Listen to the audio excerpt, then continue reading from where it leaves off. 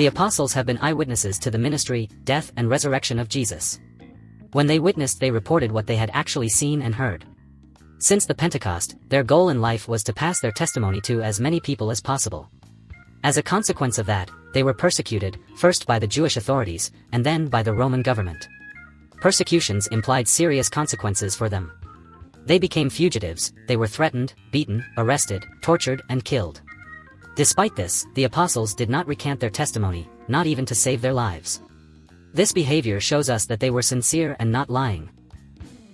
James said to Peter, "Don't get me wrong, but sometimes I have the impression that this thing of persecutions is somehow connected to that other thing of preaching the gospel."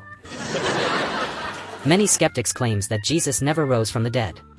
Instead, the apostles would have sat around a table after his death and agreed on the story to tell. In this scenario, the resurrection would be a conspiracy between the 12 to create an identity for the church. The disciples are conspiring in the cenacle. Peter: "So this is what we will say. Do you have any questions?" John: "I think my idea was better than yours. We should have opened a fish shop." If the Christian movement is the result of a conspiracy, that is certainly a successful one. In fact, millions of people believed in it. Is there some evidence supporting this hypothesis?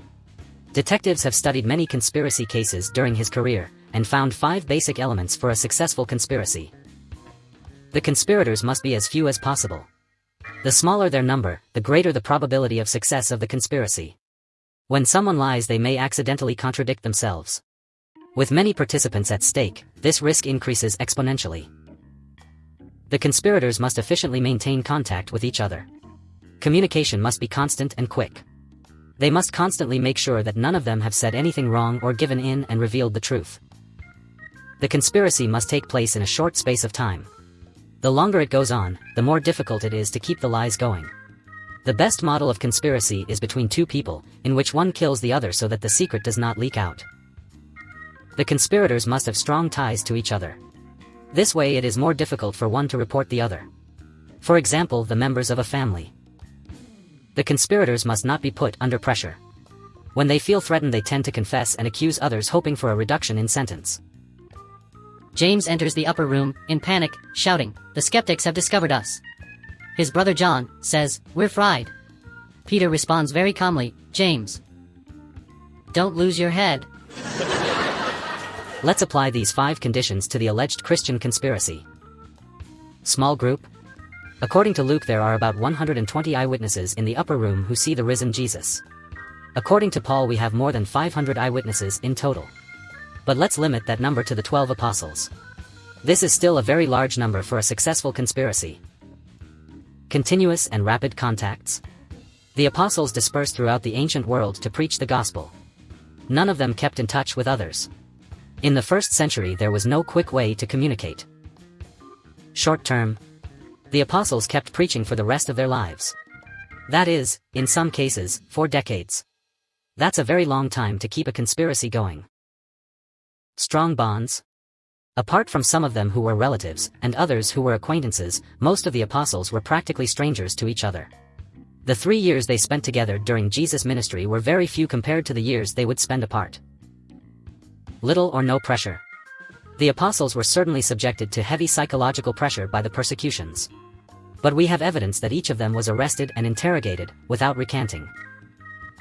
It is very unlikely that 12 people would be able to maintain a conspiracy for decades, without having contact with each other for years, no close bond, nor a way to communicate quickly. Surely, if that was a conspiracy, under the stress of arrests, interrogations, and threats, some of them would have given in and confessed the truth, accusing others to save themselves. When Paul got on the ship to Rome, he thought, in this story, we have to get to the bottom. In Acts 5, the apostles are all arrested by the chief priests. They escape from prison through divine intervention, and go back teaching in the temple. The chief priests are furious and hold a council to find a way to kill them. One of them is a Pharisee called Gamaliel. He gives them a piece of advice. They should leave the apostles alone. He reminds them similar examples from the past. Like Jesus, Theudas and Judas the Galilean had been followed by hundreds. After their death, their movement had dwindled to nothing, and their followers had dispersed. Therefore, concludes Gamaliel, if the Christian movement is the work of men, it too will quickly cease, but if it is the work of God, the chief priests have no chance of stopping it. The chief priests accept this advice and decide to let the apostles go. This example shows us that when movement is left without a leader, it disappears. But why didn't the Christian movement fade away like that? The reason is to be found in Jesus' resurrection. Without a real resurrection, Christianity wouldn't have made it until today. Gamaliel is talking to the chief priests. The apostles are like my wife's relatives. No use chasing them away, sooner or later. They leave my house. From any available historical source, we learn that the apostles never gained anything from their claims, other than persecution. The apostles became richer than Louis XVI, the King of France. It is not true. I am joking. But some of them have something in common with this famous king. They met the same end. No one in their right mind would lie without a reason. There are three main motives why criminals lie: sex, money, and power. Any other motive is based on one or more of them. So if the apostles were lying, they would expect to gain something in one of these three areas. A friend of my wife's, who is single, is so desperate to get married as soon as possible, that when she goes out, she puts on a fake hump. Okay. Wait a second. That doesn't make sense. I think everyone agrees that the apostles certainly did not have any sexual or economic advantage from their testimony. They left their families and their possessions to follow Jesus. Later, due to persecution, they had to keep moving, living an economically disadvantaged life. We can clearly see that the focus of the apostles' interest was their ministry. Even married life was considered a distraction to be avoided, as we can read in Paul's letters.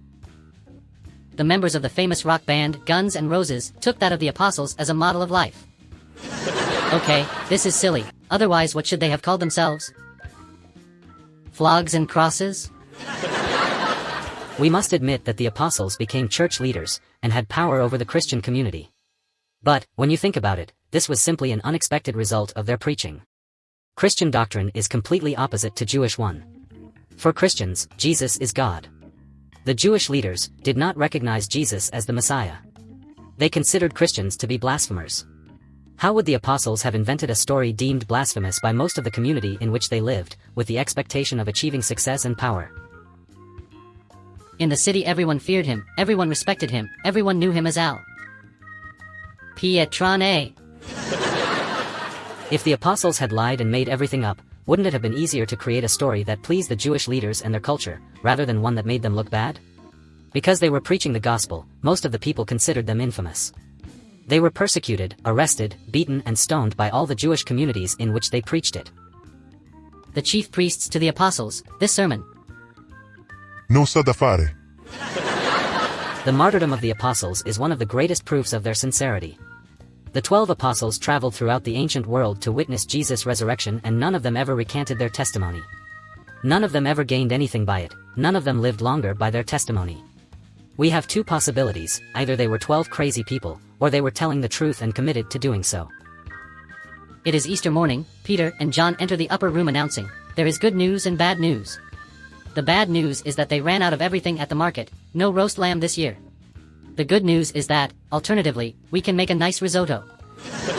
I was walking under the trees when I found these mushrooms. If today you or I died for our faith, it would not prove that Jesus was resurrected. This happens because our faith comes from second-hand information. Someone told us that Christ was risen and we believed him, convinced by the Holy Spirit. But we did not see Jesus die and resurrect with our own eyes. Instead, the fact that it was Jesus' eyewitnesses who died is very strong proof. The disciples knew that the resurrection was not a lie because Jesus resurrected. They had seen him, they had spoken to him, and they had touched him. If eyewitnesses die for their testimony, this proves that their testimony is not mendacious, nor fabricated. The apostles gave their lives because of the works of Jesus. Matthew explains, this is how much we loved that wooden furniture. At this point, the skeptics, tight on the ropes, raised doubts about the persecutions and the martyrs. Could it be true that the apostles were truly persecuted and killed for their faith? Or are these exaggerations of the church? Skeptics invite Christians to be more mature. Come on. Just because they threw some stones at them, it doesn't mean they were persecuting them. That's an exaggeration of the church. They were just testing their reflexes. Despite the objections of skeptics, most historians consider the New Testament to be a collection of historically reliable ancient texts. Good evidence of their authenticity and reliability is provided by internal consistency, the principle of embarrassment, lack of anachronisms, and the principle of multiple sources. These documents may be considered biased, but they are such historical as those of Tacitus, Josephus, Pliny, and many others. The New Testament is history. The Colosseum was packed with spectators. Peter was about to be crucified. In that moment his whole life passed before him.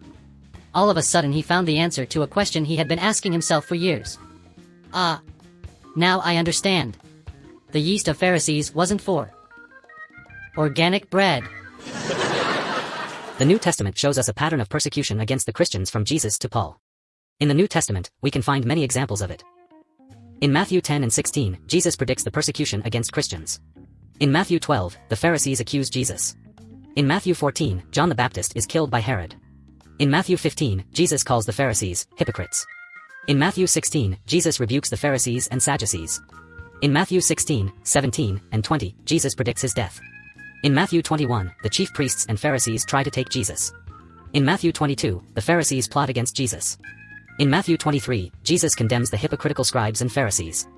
In Matthew 26, the chief priests, scribes, and elders of the people decide that Jesus must die. In Matthew 26 and 27, Jesus is arrested, tortured, and killed for his doctrine. In Matthew 26, the disciples run away and hide after Jesus' arrest. In Matthew 26, Peter denies Jesus for fear of being arrested. In Acts 4, Peter and John are arrested for preaching at the temple and threaten to stop preaching the name of Jesus. In Acts 5, all the apostles are arrested and beaten for continuing to teach in the temple. In Acts 6 and 7, Stephen is stoned after speaking before the Sanhedrin. In Acts 8, the disciples flee Jerusalem due to Saul's persecution. In Acts 8, Saul searches for Christians from house to house. In Acts 12, Herod has James, John's brother, arrested and killed to please the Jewish leaders. In Acts 12, Peter is arrested again for the same reason. In Acts 13, Paul and Barnabas are expelled from Antioch due to the persecution by the Jews. In Acts 14, the Jews, in agreement with the pagans, attempt to stone Paul and Barnabas in Iconium. In Acts 14, the Jews from Antioch and Iconium follow Paul to Lystra and incite the crowd to stone him. In Acts 16, Paul and Silas are beaten and arrested in Philippi. In Acts 17, they are hunted down and flee from Thessalonica and Berea. In Acts 19, they are nearly lynched by the mob for ruining the sales of a goldsmith who made temples of Diana in Ephesus. In Acts 21, Paul is arrested at the temple in Jerusalem. In Acts 21-26, Paul is imprisoned and put on trial. In Acts 27 and 28, Paul remains under house arrest in Rome for 2 years. Paul, speaking to the therapist, Paul, I feel that lately, my ministry is no longer as successful as it once was. This year I still haven't been stoned. The death of James, brother of John, is reported by Luke in the book of Acts. Herod had him arrested and beheaded to gain the consent of the Jewish leaders. James originally was a fisherman with his brother John. He caught fish of all kinds. But he couldn't figure it out why he didn't like a certain type of fish. That was the swordfish. In Matthew 13 verse 55, James is listed among Jesus' brothers. He is not to be confused with disciples, James, brother of John, and James, son of Alphaeus. James, Jesus' brother, did not follow Jesus as a disciple but witnessed his resurrection. He was later called the Just and became leader of the church in Jerusalem. James' role as a witness is important in our case for the resurrection because he was skeptical. He became a believer after encountering the risen Jesus. His death as a martyr is reported by the Jewish historian Josephus, who wrote from the 1st century. Ames is talking to the therapist. James, whatever I do, he is always better than me. The therapist, Mr. James, that's not possible. This is projection. To do that, your older brother should be God. From Jesus to the apostles, we observe a recurring pattern regarding persecution. The gospel itself generates hostility in some listeners. Maybe because the truth is sometimes hard to accept. That hostility was increased by the strict views of the Jews. As we have seen for the Jews, Christians were blasphemers and, according to the Mosaic law, had to be killed. Despite the apostles knew this, they continued to preach the gospel. They knew the risks they were taking. In Acts, we see Paul and Peter publicly preach that Jesus is God, and divide the crowd in two. One part accepts the news and converts, while the other rejects it and physically threatens them. Since they knew what awaited them with their preaching, the fact that they persisted, shows us that they were firmly convinced of what they said. They were willing to obey God, also if there were hard consequences to pay. The stories of Acts always follow the same pattern. Phase 1, the Jews heard the gospel. Phase 2, the Jews understood the gospel. Phase 3, the Jews rejected the gospel. Conclusion, the Jews rejected Paul from the synagogue. The persecution against the apostles was confirmed by their students Clement of Rome, a student of Peter, and Ignatius, a student of John. Students also said they were persecuted because of their faith. Polycarp, from the second generation of students, confirms the persecution against the apostles, and that of their students, also speaking of his own. The following generations also do the same. We can therefore observe a recurring path and a certain continuity in the persecution against Christians. It must be pointed out that in the first 300 years of the Church, persecuting Christians was not the main objective of the Roman Empire. There were periods of peace alternated with short periods of intense persecution. Together with the gospel, the church fathers also receive persecution. It's like when someone wins the lottery, and, together with the money, they are rewarded with taxes? The non-Christian historian Tacitus reports in the Annals that the Emperor Nero ordered the persecution against Christians, blaming them for the fire of Rome, a crime he himself committed. During times of persecution, Christians could be arrested just for proclaiming the name of Jesus, and many were. This means that there was a real danger for those who preached the gospel in those times. From the Church Fathers, we learn that Nero also ordered the martyrdom of Peter and Paul. Nero is talking to his therapist. Nero, nobody likes me. I can't even keep a job. I've also lost this job as a pizza chef. Therapist, what happened? Nero, customers were complaining. Therapist, what was the problem? Nero, they were insinuating that all my pizzas were coming out charred. There is a correspondence between Pliny the Younger and the Emperor Vespasian. The content shows us that when a Christian was arrested, he was asked to renounce his faith, deny the divinity of Jesus, and worship pagan gods and the statue of the emperor. If they did so, they were free to go; otherwise, by persisting in their faith, they would have been killed. Pliny is interrogating a Christian. Pliny, if you worship Vespasian, I will let you go, otherwise you will die. The Christian, if Vespasian is a god, why is he balding? Pliny, Vespasian came down from heaven. His hair got burned when the emperor entered the atmosphere. Their enemies had two ways to crush the Christian movement. First, they could have been to publicly display Jesus' body. In fact, the Christian faith is completely based on the resurrection. In 1 Corinthians 15, Paul writes that, without Jesus' resurrection, our faith would be useless. Second, they would have made the disciples recant their testimony. But none of that ever happened. We don't even have an ancient document stating that the apostles recanted and were released. On the contrary, all sources unanimously affirm the same ideas. The apostles were persecuted and were willing to die rather than deny the resurrection. The Pharisees are talking to their lawyer. We got a letter from the court in The Hague. They are accusing us of killing Jesus without just cause. The lawyer replies, don't worry. I already have the solution for your case. You see, the law is clear: no corpse, no murder. Although we have a tradition that the apostles died as martyrs, we don't have a tradition that says otherwise. Not even one source has ever been found denying the persecutions against the apostles, nor concrete evidence indicating that the apostles recanted their testimony about Jesus. This is what really happened. They were all kidnapped by a UFO and replaced by clones. The deaths of the apostles are attested by traditional sources, such as the New Testament and the Church Fathers, and by hostile sources such as Josephus. There is also information in the apocryphal books, which obviously cannot be considered as reliable as the other sources. Sean McDowell carried out a study on the deaths of the apostles and established their historical probabilities. McDowell presented an argument, which shows evidence that all the apostles were persecuted for their faith and that they were willing to die for their testimony. That's based on 5 points. 1. The apostles as eyewitnesses. After the death of Judas Iscariot, the apostles were looking for someone to replace him, to fulfill the prophecy from the Old Testament. The candidates had to be chosen between the disciples, and he had to have been present since Jesus' baptism. To be an eyewitness to the risen Jesus was the most important requirement for the apostles. When the apostles were replacing Judas, Peter made a requirements list for the candidate. He had to be a disciple, he had to be there from the beginning, he had to be quick to run. Then, when Matthias was chosen, the 12 gave him some advice. Rule 1, cardio. Preach the gospel. If the thing goes wrong, start running. Rule 2, double tap. If you get stoned, play dead. Rule 3, watch out for synagogues. 2. The apostles preached the resurrection. Apostles' preaching was all about Jesus' resurrection. They preached 3 basic facts: Jesus died, he was buried, and he was resurrected. The apostles entered the temple and called the crowd to attention. James began to speak. Brothers, today we will talk about 3 facts. Just a moment, where are my notes? I left them here last night, sorry for the inconvenience, but sometimes I think that sooner or later, this mess will make me lose my head. 3. The gospel in opposition to the Roman state.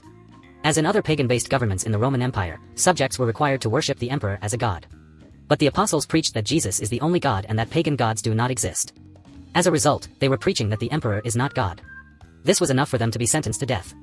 The gospel was opposed to the laws of the Roman state. On this thing of being God, Caesar wanted to compete with Jesus, but in the end, he died? For the apostles did not let the authorities stop them. In Acts 4, Peter and John are arrested, threatened, and ordered not to preach in the name of Jesus. In Acts 5, all the apostles are arrested for violating this order by the Jewish authorities. Continuing to read the Acts and the epistles, we can see that despite being threatened, beaten, and imprisoned, the apostles continued to announce the gospel publicly without fearing the consequences. The apostles continued to preach without giving up, even though things always ended badly. A bit like those who continue to vote for the same party, thinking that, hey, we'll pay less taxes? 5. We have good evidence for some deaths. The death of James, brother of John, is confirmed by Luke in Acts. The death of the other James, brother of Jesus, is mentioned by Josephus. In Acts, Luke also records Stephen's death. Even if he wasn't an apostle, his death shows us how Christian preaching was triggering harsh persecutions. The deaths of Peter and Paul are also well documented. According to the Church Fathers, Paul was beheaded and Peter was crucified, both in Rome by order of Nero, who was the first emperor to officially persecute the church. What do the martyrdoms of James, Paul, and Peter have in common with the fact that my jokes don't make anyone laugh? That both things are well documented. McDowell provides a table of historical probabilities for the martyrdom of the 12 apostles. This table was created through scientific principles and the analysis of available sources on the topic. Highest probability, Peter, Paul, James son of Zebedee. Most likely true, James, brother of Jesus. More likely than not, Thomas and Andrew. More possible than not, Bartholomew and James son of Alphaeus. Possible, Philip, Matthew, Thaddeus, Simon the Zealot, Matthias. Unlikely, John son of Zebedee. The apostles died as martyrs, very likely. The church was persecuted, very likely. My jokes make you laugh. Unlikely. While not all of the apostles died as martyrs, we have evidence they were willing to die for their testimony, rather than recant or remain silent. This means that they were not liars. Instead, they were sincerely convinced of what they had seen and heard. The worst part of Peter's martyrdom was when they forced him to assemble his own cross. They got it from IKEA. Thanks for your attention and see you in the next post.